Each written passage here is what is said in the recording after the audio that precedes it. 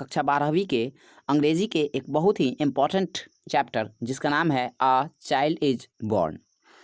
तो ये जो सेशन है ये खास करके 12वीं कक्षा के विद्यार्थियों के लिए हैं। तो कक्षा 10वीं वाले लोग इस वीडियो से दूरी बना लें और अपने बड़े भाइयों और बहनों में शेयर कर दें। तो चलिए आज के इस वीडियो को शुरू करते हैं। ये वीडियो तो वैसे मैं लाइव लेकर के ही आने वाला था, लेकिन ड्यू टू नेटवर्क प्रॉब्लम इस वीडियो को जो है अपलोड करना पड़ रहा है। ठीक है, तो अगर आप कक्षा 12वीं में हैं और 2022 में लाना चाहते हैं अंक अंग्रेजी में 90+, तो इस वीडियो को एंड तक ज़रूर देख लीजिएगा। अदरवाइज इस वीडियो को स्किप करना आपको 2-4 नंबर का लॉस ज़रूर करा सकता है। और अगर आप चैनल पर नए हैं तो चैनल को सब्सक्राइब कर लें। तो ये जो वीडियो है आपके बहुत ही ज़्यादा हाईली डिमांड पर जो है इसको अपलोड किया जा रहा है, जैसा कि आप सभी जानते हैं एज यू नो। तो इसको शेयर ज़रूर कर दीजिएगा और लाइक ज़रूर कर दीजिएगा, ठीक है, क्योंकि आपके ही जिद पर मैं वीडियो ये अपलोड कर रहा हूँ। अदरवाइज़ कक्षा 10th की वीडियोज़ जो है इस चैनल पर कंटिन्यू आ रही थी, तो आपका डिमांड था कि सर 12th का भी वीडियो पोस्ट किया जाए। ठीक है, ये सरासर अन्याय है। चलिए ठीक है, और अपने फ्रेंड्स में भी इसको शेयर कर दीजिएगा। चलिए शुरू करते हैं बिना देर किए। देखिए, जो ए चाइल्ड इज बॉर्न है ये एक बहुत ही बढ़िया चैप्टर है, जर्मनी ग्रीयर द्वारा लिखा हुआ है, जैसा कि आप सभी लोग पढ़ भी चुके हैं इसको। तो चलिए ऑब्जेक्टिव ही शुरू करते हैं। तो देखिए फर्स्ट क्वेश्चन है कि on the occasion musical program is given by, यानी कि जब भी बच्चे पैदा होते हैं तो एक संगीत का प्रोग्राम होता है, तो उस प्रोग्राम को जो है ना परफॉर्म करता है, यानी कि उस प्रोग्राम को देता कौन है। तो ऑप्शन ए है ए डांस पार्टी, यानी कि एक डांस पार्टी को बुलाया जाता है। ऑप्शन बी है the male members of the family, यानी कि उस परिवार के जितने भी पुरुष सदस्य हैं वो नाचते हैं। ऑप्शन सी है by the women and girls, ठीक है, अब जितने भी औरतें होती है और लड़कियां होती है वो इसको परफॉर्म करती है। एंड डी है नन ऑफ दीज। तो आप अपने कॉमन सेंस का उपयोग करते हुए इसका राइट आंसर लगा लीजिएगा। इसका राइट आंसर सी होगा, क्योंकि जो म्यूजिकल प्रोग्राम होता है वो महिलाओं एवं लड़कियों के द्वारा ही किया जाता है। चलिए देखते हैं क्वेश्चन संख्या दूसरे को। तो ध्यान से देखिएगा, क्वेश्चन दूसरा है कि द सेरेमनी इज हेल्ड, यानी कि जो समारोह है वो होता है। अब किसके लिए होता है, ध्यान से सुनिएगा, बहुत ही मज़ेदार ऑब्जेक्टिव है। ठीक है, और मतलब स्किप मत करिएगा भाई, हम पहले ही बता देते हैं, नहीं तो फिर आप घाटे में पड़िएगा। देखिए ऑप्शन ए है ओनली फॉर द बॉय, मतलब सिर्फ और सिर्फ लड़के के लिए। ऑप्शन बी है ओनली फॉर गर्ल, सिर्फ और सिर्फ लड़की के लिए।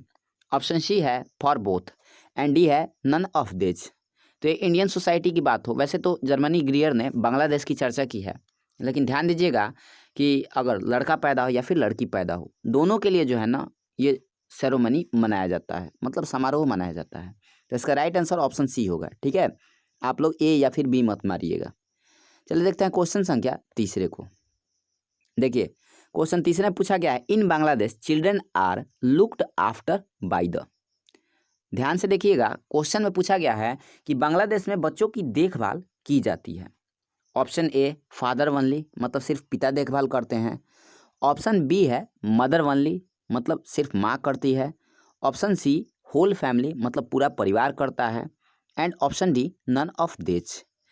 तो आप इस चैप्टर को पढ़ चुके हैं भली भांति, और आपको पूरी तरीके से पता है कि होल फैमिली यानी कि पूरे परिवार के सदस्यों के द्वारा जो है ना बच्चे की देखभाल की जाती है। तो इसका राइट आंसर ऑप्शन क्या होगा, सी होगा। चलिए देखते हैं क्वेश्चन संख्या चौथे को। क्वेश्चन चौथे में पूछा गया है कि who has written a child is born, यानी कि अ चाइल्ड इज बॉर्न किसने लिखा है। Option A Bertrand Russell, option B Sega Noya, option C Germaine Greer, and option D none of these. तो इसका right answer option number C होगा, यानी कि जर्मनी ग्रीयर। चलिए देखते हैं क्वेश्चन संख्या पाँचवें को। ध्यान दीजिएगा, क्वेश्चन पाँचवें में पूछा गया है during pregnancy the best place for the women is. इस क्वेश्चन को समझिएगा, क्वेश्चन में पूछा गया है कि जब महिला गर्भवती होती है, ठीक है, तो उसके लिए सबसे अच्छा स्थान कौन सा होता है। ठीक है, देखिए ऑप्शन दे ए दिया है होटल सुदेड, ठीक है, यानी कि होटल का स्थान। ऑप्शन बी दिया है इन लॉज फैमिली, ठीक है। ऑप्शन सी दिया है her mother's house, and option D है नन ऑफ दिस। तो आई होप कि आप इसका आंसर मार लीजिएगा। चलिए हम बता देते हैं, इसका right answer option number C होगा, यानी कि हर मदर्स हाउस।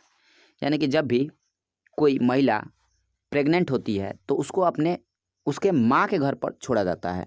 यह अपने इंडियन कल्चर में भी देखने को आपको मिलता होगा, ठीक है, अपने आस पड़ोस, ठीक है, ये तो नॉर्मल सी बात है। चलिए देखते हैं क्वेश्चन संख्या 6 को। तो देखिए क्वेश्चन 6 में पूछा गया है, during pregnancy a women I am sorry, देख क्वेश्चन 6 में ध्यान से देखिएगा, कह रहा है कि during pregnancy a women prefers her mother's house because, यानी कि जब महिला गर्भवती होती है तो वो अपने माँ के घर को ही क्यों पसंद करती है। इसके पीछे की खास वजह क्या है।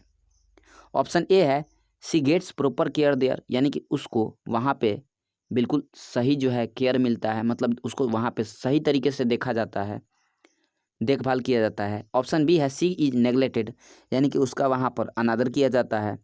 Option C feels freedom there, यानी कि वह वहाँ पर आज़ादी महसूस करती है। And option D none of देज।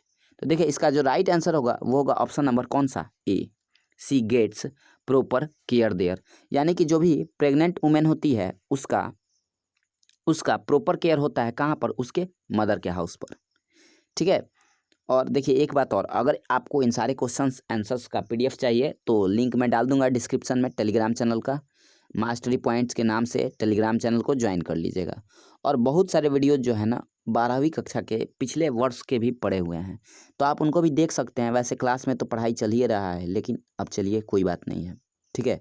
वैसे मैं वीडियो 12th क्लास के लिए भी अब अपलोड करूँगा, ठीक है, ये मेरा वादा है। चलिए देखते हैं क्वेश्चन संख्या अगले को। देखिए क्वेश्चन 7 में पूछा गया है, व्हेन बेबी इज बॉर्न, जब भी बच्चा जन्म लेता है, शिशु जन्म लेता है, it is an occasion of Joy for, यानी कि जब भी बच्चा जन्म लेता है तो ये एक अवसर होता है, ठीक है। और ये अवसर होता है किस चीज़ का, मतलब जॉय का, खुशी का। तो किसके लिए होता है। ऑप्शन ए द मदर, मतलब सिर्फ माँ के लिए। ऑप्शन बी फादर, यानी कि सिर्फ पिता के लिए। देखिए जब भी बच्चा पैदा होता है तो खुशी का माहौल किस किस के लिए होता है, ये पूछा गया है प्रश्न में। तो ऑप्शन ए में है मदर, मतलब माँ के लिए। ऑप्शन बी फादर, यानी कि सिर्फ पिता के लिए। ऑप्शन सी स्ट्रेंज, मतलब अजनबियों के लिए, ठीक है, स्ट्रेंजर मतलब अजनबी होता है, ठीक है, स्ट्रेंज का मतलब अजीब हो जाएगा। एंड ऑप्शन डी है द होल फैमिली, यानी कि पूरे परिवार के लिए। तो इसका राइट आंसर क्या होगा, ऑप्शन डी होगा। चलिए देखते हैं क्वेश्चन संख्या 8वें को। ध्यान से सारे प्रश्नों को देखिएगा, ठीक है, और वीडियो को स्किप मत कीजिएगा और अपने फ्रेंड्स में भी शेयर कीजिएगा, क्योंकि देखिए यहाँ पे बकवास कम और पढ़ाई ज़्यादा होता है, ठीक है। तो देखिए जो भी बातें बताएंगे वो ऑर्गेनिक ही हुआ। देखिए क्वेश्चन 8 में पूछा गया कि द नेमिंग सेरेमनी इज, यानी कि जो नामकरण का समारोह होता है वो कैसा होता है। ए बैड, मतलब ऑप्शन ए में है बैड मतलब बुरा। ऑप्शन बी में है लवली, मतलब प्यारा। ऑप्शन सी में है स्ट्रेंज, मतलब अजीब। एंड ऑप्शन डी है मतलब नन ऑफ दिस। तो याद रखिएगा जो नेमिंग सेरेमनी होता है वो बहुत ही ज़्यादा क्या होता है भाई, प्यारा होता है। चल देखते हैं क्वेश्चन संख्या 9 को। क्वेश्चन 9 पूछा गया है कि the naming ceremony is held when the baby is, यानी कि जो नामकरण का समारोह होता है वो कब मनाया जाता है, ठीक है, जब शिशु कितने दिन का होता है। ऑप्शन ए 7 डेज ओल्ड, मतलब जब शिशु 7 दिन का होता है। ऑप्शन बी 5 डेज ओल्ड, मतलब जब शिशु 5 दिन का होता है। Option see the days old, मतलब इसका तो कोई मीनिंग होगा ही नहीं, ठीक है। And option D none of these. तो याद रखिएगा कि शिशु जब 7 दिन का होता है तो नेमिंग सेरेमनी मनाया जाता है, यानी कि ऑप्शन ए इसका राइट आंसर होगा। चलिए देखते हैं क्वेश्चन संख्या 10वें को। वीडियो को स्किप मत कीजिएगा प्लीज़, एंड तक जरूर बने रहिएगा। रिकॉर्डिंग सेशन ही है तो क्या पूरे वीडियो को एंजॉय जरूर कीजिएगा। देखिए क्वेश्चन 10 में पूछा गया है कि new clothes are brought for, यानी कि जो नए कपड़े हैं वो लाए जाते हैं, किसके लिए लाए जाते हैं भाई। Option A the baby, option B the mother, option C मतलब बोथ, मतलब दोनों के लिए, माँ के लिए और शिशु के लिए दोनों। देखिए ऑप्शन ए में दिया है कि नए कपड़े लाए जाते हैं बेबी के लिए, शिशु के लिए। ऑप्शन बी में दिया है कि द मदर, मतलब सिर्फ माँ के लिए। ऑप्शन सी मतलब बोथ, दोनों के लिए। And option D none of these. तो याद रखिएगा कि जो शिशु के लिए कपड़े लाए जाते हैं वो सॉरी जो कपड़े लाए जाते हैं वो माँ और शिशु दोनों के लिए जाते हैं, यानी कि बोथ इसका राइट आंसर होगा, ठीक है। तो आई होप कि आप वीडियो एंजॉय कर रहे होंगे। चलिए देखते हैं क्वेश्चन संख्या 11वें को।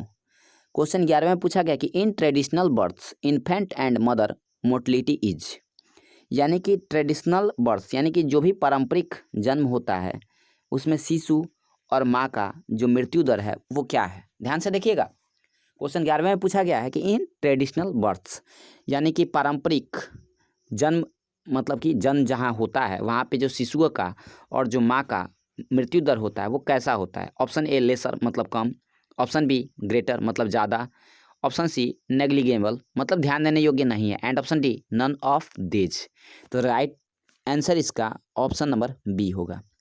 यानी कि ट्रेडिशनल बर्थ जो होता है उसमें शिशु का और माँ का जो मृत्यु दर होता है वो ग्रेटर होता है मतलब उच्च होता है। जैसा कि आपको पता होगा, आज तो खैर वैसे नहीं होता है, लेकिन पुराने ज़माने में पारंपरिक समाज में अगर माँ का मतलब प्रसव होता था तो शिशु भी जो है ना काफ़ी ज़्यादा मात्रा में जो है मरते थे, फिर माँ का भी जो है मृत्यु हो जाता था। चलिए देखते हैं क्वेश्चन संख्या 12वें को। ठीक है, बिना जिरह किए आप लोग तो चैप्टर पढ़ चुके हैं, ठीक है, तो आपको भली भांति इन सब चीज़ों के बारे में पता है, ठीक है, और नहीं पढ़े हैं तो जाके पढ़ लीजिए, ठीक है, बेहतर रहेगा। देखिए क्वेश्चन 12 में पूछा है कि in traditional society a pregnant women is primarily supported by. कह रहा है कि इन ट्रेडिशनल सोसाइटी यानी कि पारंपरिक समाज में ये प्रेग्नेंट वुमेन मतलब एक जो गर्भवती महिला होती है, प्राइमरली सपोर्टेड मतलब प्राथमिक तौर पर उसका सपोर्ट किया जाता है किसके द्वारा। Option A husband, option B kinsfolk मतलब पति के द्वारा, किन्सफॉल का मतलब हो जाएगा सगे संबंधी के द्वारा, ऑप्शन सी हो जाएगा अदर मेंबर्स ऑफ सोसाइटी यानी कि समाज के अन्य लोगों के द्वारा, and option D none of this. तो याद रखिएगा कि जब भी किसी पारंपरिक समाज में कोई महिला गर्भवती होती है तो उसका देखभाल प्राथमिक तौर पर या उसको प्राथमिक तौर पर जो सपोर्ट करने वाला व्यक्ति होता है वो उसका हस्बैंड ही होता है। यानी कि इसका राइट आंसर ऑप्शन ए होगा। चले बढ़ते हैं क्वेश्चन संख्या 13वें को। देखिए क्वेश्चन 13 में पूछा गया है इन ट्रेडिशनल सोसाइटी यानी कि पारंपरिक समाज में a women lose her own name यानी कि पारंपरिक समाज में जो महिला होती है वो अपना नाम खो देती है, and is known as the mother of her first born child और वो जानी जाती है अपने पहले जन्मे हुए बच्चे के नाम से। But the west regards it is लेकिन जो पश्चिमी सभ्यता वाले लोग हैं उनमें ऐसी बातें नहीं पाई जाती है, ठीक है। तो ध्यान से सुनिएगा, ऑप्शन ए ये एक गुड है मतलब सही चीज़ है, ऑप्शन बी ये एक बेनिफिशियल है मतलब लाभदायक है, ऑप्शन सी आउटरेजियस यानी कि एक बेकार की वस्तु है, and option D none of this. तो इसका जो है आंसर आप कमेंट कीजिए, ठीक है, हम इसका आंसर नहीं बता रहे हैं, देखते हैं कि आपका कॉमन सेंस कहाँ तक काम करता है। चलिए हम बढ़ जाएंगे अब क्वेश्चन 14वें में, ठीक है, तो आपको कमेंट जरूर करना है कि इसका राइट आंसर क्या होगा। चलिए देखते हैं क्वेश्चन 14वें में। देखिए क्वेश्चन 14 में पूछा गया है कि Germany greed was born in यानी कि जर्मनी ग्रीयर का जन्म कब हुआ था। तो आई होप कि आपको पता होगा, इनका जन्म 1939 ईस्वी में हुआ था। चलिए देखते हैं क्वेश्चन संख्या 15वें को। क्वेश्चन 15 में पूछा गया है कि Germaine Greer was educated in. Option A है जर्मनी, बी है Australia, C USA and D England यानी कि जर्मनी ग्रीयर ने शिक्षा कहाँ प्राप्त की थी। तो इसका राइट आंसर ऑप्शन बी यानी कि ऑस्ट्रेलिया होगा। चलिए देखते हैं क्वेश्चन संख्या 16 को।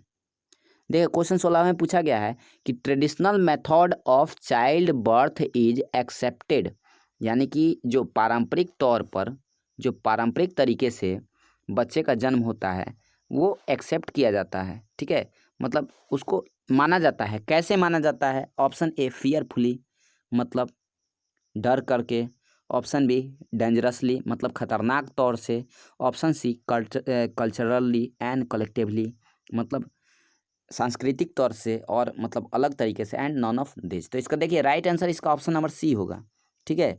जो पारंपरिक समाज में जो बच्चों का जन्म होता है उसको अपनाया जाता है कैसे, तो सांस्कृतिक तौर पर, और उसका मतलब देखिए जितनी भी सोसाइटी है भारत में, हर एक सोसाइटी में बच्चों का जो जन्म देने का प्रक्रिया है, उनका नामकरण का प्रक्रिया है, उनका जितना भी प्रक्रिया है सारा अलग अलग तरीके से होता है, ठीक है। तो चलिए क्वेश्चन संख्या 17 की ओर आगे बढ़ते हैं। क्वेश्चन 17 में क्वेश्चन है कि Germaine Greer has written the lesson, ठीक है, ये क्वेश्चन रिपीटेड है तो हम आगे बढ़ जाते हैं, इसको आप कर लीजिएगा अपने से। देखिए क्वेश्चन 18 में पूछा गया है कि a dash women has to observe various taboos rituals and customs. कह रहा है, देखिए ध्यान से सुनिएगा, कह रहा है कि ए डैश वुमेन यानी कि एक वैसी महिला जिसको ऑब्जर्व करना पड़ता है यानी कि सहना पड़ता है वेरियस टैबूज मतलब विभिन्न प्रकार के रीति, रिचुअल्स मतलब रिवाज, और कस्टम्स मतलब प्रथाएं।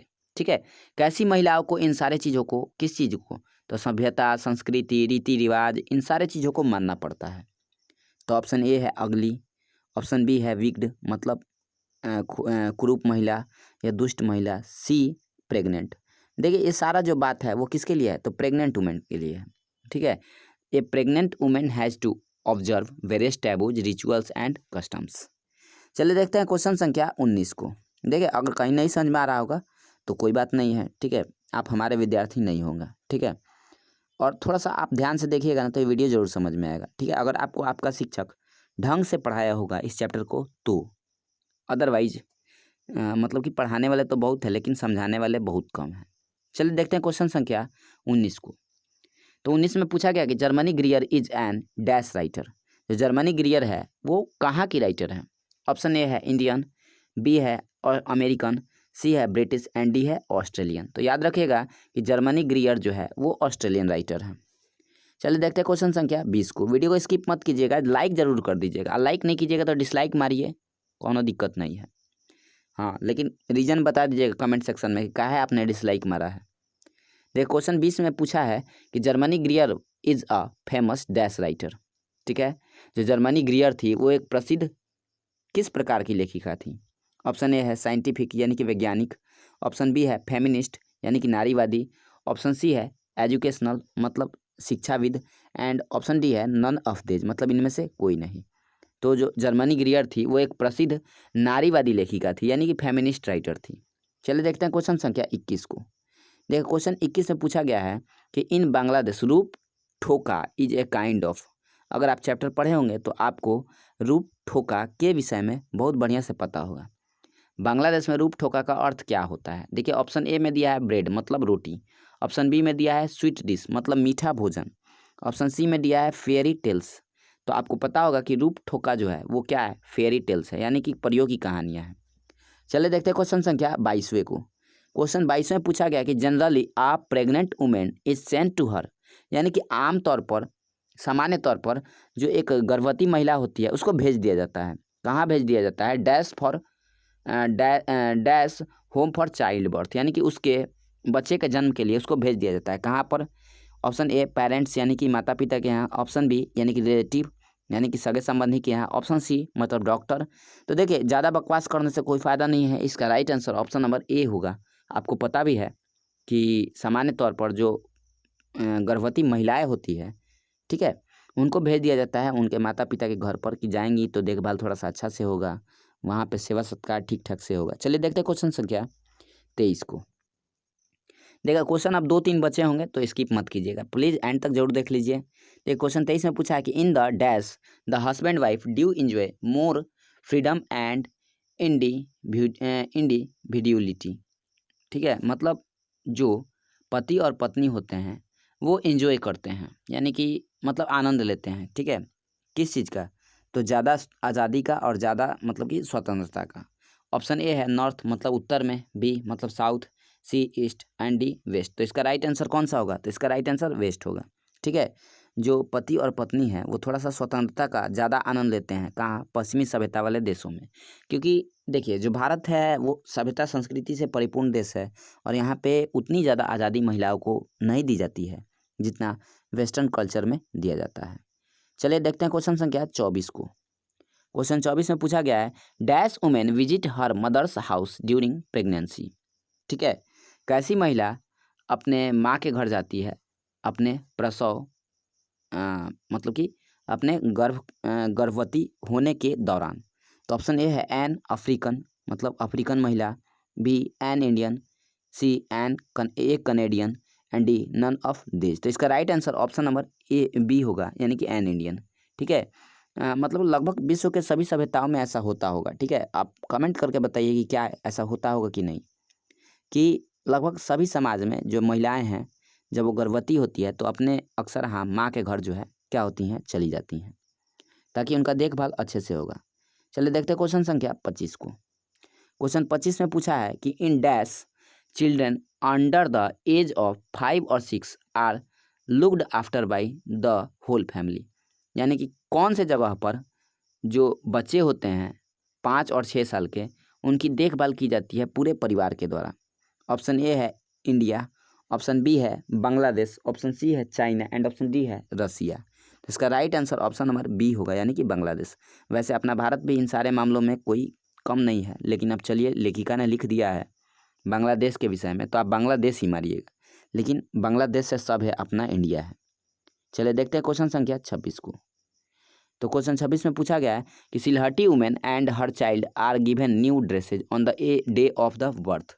यानी कि जो सिलहटी महिलाएं होती हैं, देखिए सिलहट कहाँ पाया जाता है, ये बांग्लादेश का एक मतलब कि ज़िला है, ज़िला कहिए या राज्य कहिए, अब जो भी है।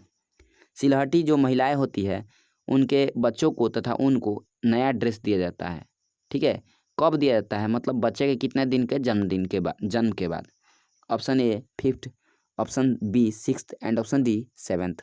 मतलब देखिए इसका राइट आंसर ऑप्शन नंबर क्या होगा, सी होगा, यानी कि 7वें दिन पर। अपने आप भारतीय कल्चर में भी ये सारा चीज़ चलता है कि महिलाओं का अगर कोई शिशु होता है तो उसको 7वें दिन पर जो है बढ़िया से नहला धुला के नया ड्रेस पहना के जो है गीत मंगल बहुत सारा कुछ होता है।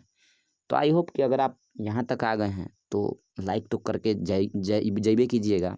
ठीक है, शेयर भी कर दीजिए और चैनल को सब्सक्राइब भी कर लीजिए। और चलिए, आपका जो इशू था उसको हम धीरे धीरे मतलब कि क्लियर करेंगे। ठीक है, और आप ऐसे ही जो है चैनल पर प्यार बनाई रहिए। तब तक ले मिलते हैं फिर नेक्स्ट वीडियो में। तब तक ले bye bye, take care and good night to all of you.